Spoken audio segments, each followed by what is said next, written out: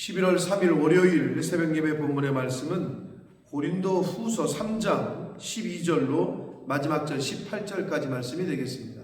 고린도 후서 3장 12절로 18절까지 말씀을 통해서 월요일에 주신 하나님의 은혜를 함께 나누도록 하겠습니다.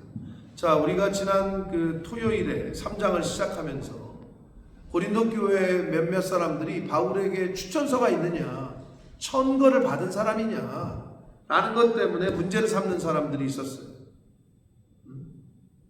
추천서가 바울이 받았냐, 천거서가 있느냐. 근데 그것에 대하여 바울은 뭐라고 표현했다고요? 너희가 바로 우리의 편지요 추천서. 멋있지 않습니까? 고린도 교회 성도들을 향해서 너희가 바로 우리의 추천서와 같고 그리스도의 편지와 같다 라고 하면서 그 구약시대의 율법과 오늘날 영의 직분과 율법의 조문으로 된 직분과 영으로 성령으로 부활하신 예수 그리스도로부터 받은 직분과 비교하면서 말씀을 하는 것을 우리가 지난 토요일에 11절까지 말씀을 통해서 들었습니다. 자, 오늘은 그것이 이어지면서 12절부터 이제 마지막 절까지의 그것과 관련된 결론과도 같은 말씀을 하시는데 12절을 보시면 우리가 이 같은 소망이 있으므로, 이 같은 소망은 뭐냐? 영의 직분, 그 율법의 조문으로 그 종이에 받은 직분이 아니라, 추천서가 아니라 영의 직분으로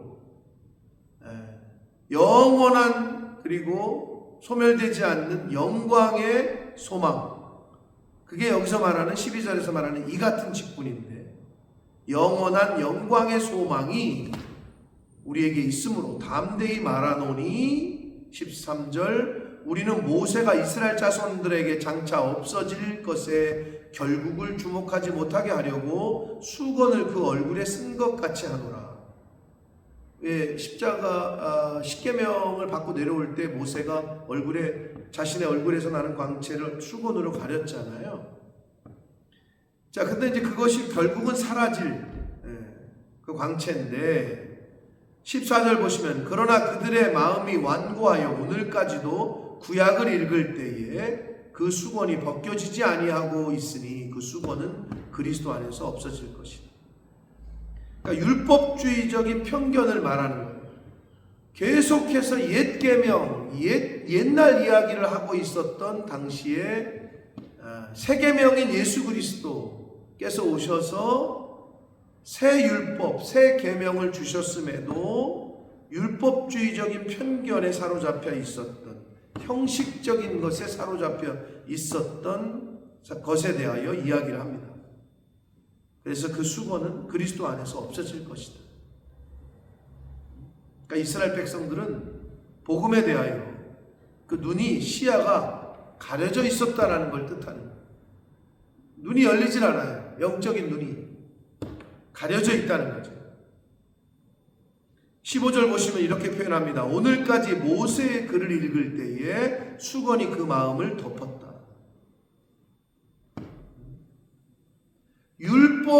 구약의 율법에서 오는 영광은 사라질 영광이었어요. 그러나 예수 그리스도를 통한 복음의 영광은 영원한 영광이었다는 거죠. 쉽게 얘기하면 구약시대의 제사가 어떻게 해요? 한번 드리면 그걸로 끝나요. 그러면 또 드려야 돼, 제사를. 그러나 예수 그리스도를 통한 희생제사, 예수 그리스도의 십자가의 그 제사는 단번이며 한 번으로서 완전하고 영원한 제사였듯이 율법의 영광은 사라질 것이나 복음의 영광은 영원할 것을 이렇게 표현하고 있습니다. 16절 그러나 언제든지 주께로 돌아가면 그 수건이 벗겨질 것이다.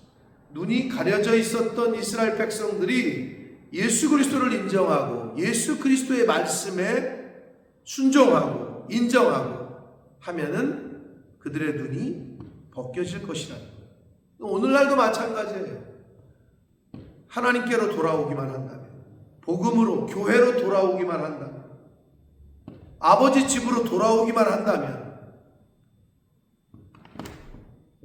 영적인 눈이 열리고 귀가 열리고 눈을 덮었던 수건이 벗겨질 것이다 라는 비유의 말씀을 하고 있습니다. 그러면서 17절, 주는 영이시니 주의 영이 계신 곳에는 자유가 있다. 주의 영이 계신 곳에는 자유가 있다. 요한복음 8장 32절에 뭐라 그랬어요? 뭐가 우리를 자유케 한대요? 진리가. 그럼 진리가 뭐예요? 진리의 본체, 하나님의 말씀이 육신을 입고 이 땅에 오신 분이 예수 그리스도잖아요. 하나님의 영의 본체이시죠. 진리의 본체예요. 그분이 바로 예수 그리스도. 그러니까 진리가 너희를 자유케 한다는 말은 결국은 죄에 억눌려 있던, 죄의 사슬에 사망 권세에 있던 사람들에게 자유를 주는 유일한 길은 예수 그리스도를 통해서만. 예수 그리스도가 죽을 수밖에 없는 죄인들, 인간들에게 자유를 주십니다. 그것이 바로 같은 맥락에서 주의 영이 계신 곳에는 자유가 있는 거예요. 복음이 있는 곳에는 자유가 있어요. 성령이 있는 곳에는 자유함이 있어요. 그렇지 않은 사람들을 보면 억눌림이 있어요. 자유가 아니라 속박돼 있어요. 구속돼 있어요. 답답하죠. 그러니까 마음이. 18절, 우리가 다 수건을 벗은 얼굴로 거울을 보는 것 같이 주의 영광을 보매 그래요. 거울을 보는 것 같이 주의 영광을 본다. 여러분, 성도는요, 예수 그리스도의 영광을 비추는 거울이 되어야 돼요. 그래서 믿지 않는 사람들이 성도의 얼굴을 보고 성도의 삶을 보고 하나님의 영광을, 예수 그리스도의 영광을 느낄 수 있어야 되는 거죠. 왜? 우리가 그런 거울과 같은, 영적인 거울과 같은 삶을 살아야 되는 것을 교훈하고 있습니다. 거울을 보는 것 같이 주의 영광을 보매 그와 같은 형상으로 변화하여 영광에서 영광에 이르니 곧 주의 영으로 말미암는 영광이다. 예수 그리스도로 말미암는 영광이다. 진리로 말미암는 영광이다. 복음으로 말미암는 영광이다. 율법의 조문으로 된 영광이 아니라 하나님의 영, 진리의 영, 부활하신 예수 그리스도를 통한 영광이다라는 것을 바울은 얘기하고 있는 거예요. 추천서 얘기로 시작해가지고, 야, 어디 종이로 된 추천서 가져와봐. 고린도 교회 성도들이 그런 걸 요구하고 뭐 있냐 없냐 뭐 이렇게 떠들었던 것 같아요. 그러나 바울은 예수 그리스도, 부활하신 예수 그리스도를 영적으로 만나고 나서 그분에게로부터 사명을 받았단 말이에요. 그것이 바로 더 영광스러운, 사도로 임명장을 받았어. 그럼 종이로 임명장, 그런 것도 뭐 영광이죠. 그러나 세상에 받는 모든 임명장은 다 사라지죠.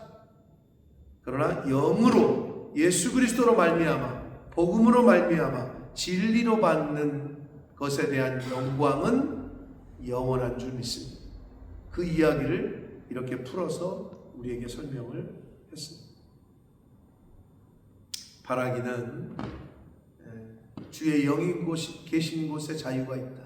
하나님의 말씀이 있는 곳에, 내 마음에 성령이 거하시고 내 마음에 하나님의 말씀이 거하면 오늘 하루를 세상이 알 수도 없고 줄 수도 없는 그러한 자유함 가운데 거하게 되실 줄 믿습니다. 바라기는 남은 인생이 이 복음을 통한, 진리를 통한, 주의 영을 통한 자유함 가운데 거하시고 그렇게 사는 저와 여러분의 모습을 통하여 아직 모르는 복음을 듣지 못하고 예수 그리스도를 모르는 사람들에게 주님의 영광이 비춰질 수 있도록 나의 얼굴을 통해서 나의 말을 통해서 저와 여러분의 삶의 모습을 통해서 하나님의 사랑이 예수 그리스도의 십자가의 은혜가 보여지게 되는 그러한 영적인 거울과 같은 삶을 사시는 저와 여러분이 되시기를 예수 그리스도 이름으로 축복합니다. 살아계신 하나님 아버지, 감사와 찬송과 영광을 올려드립니다. 오늘도 저희들에게 자유를 주시기 위하여 기쁨을 주시고 감사가 넘치는 그러한 자유함을 주시기 위하여 하나님 앞으로 또 하나님 말씀을 듣게 해주시니 아버지 감사합니다. 진리가 너희를 자유케 하리라 라고 말씀하셨습니다. 복음이 너희를 자유케 할 것이다. 진리의 본체로 이 땅에 육신을 입고 오신 예수 그리스도께서 너희를 자유케 할 것이다.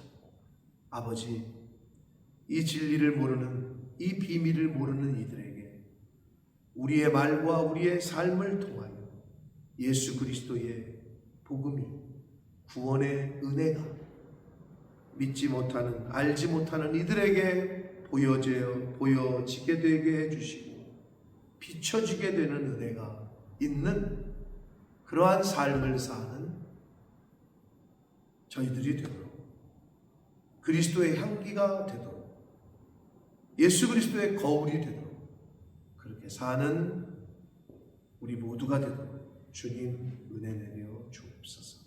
예수 그리스도 이름으로 축복하며 기도합니다.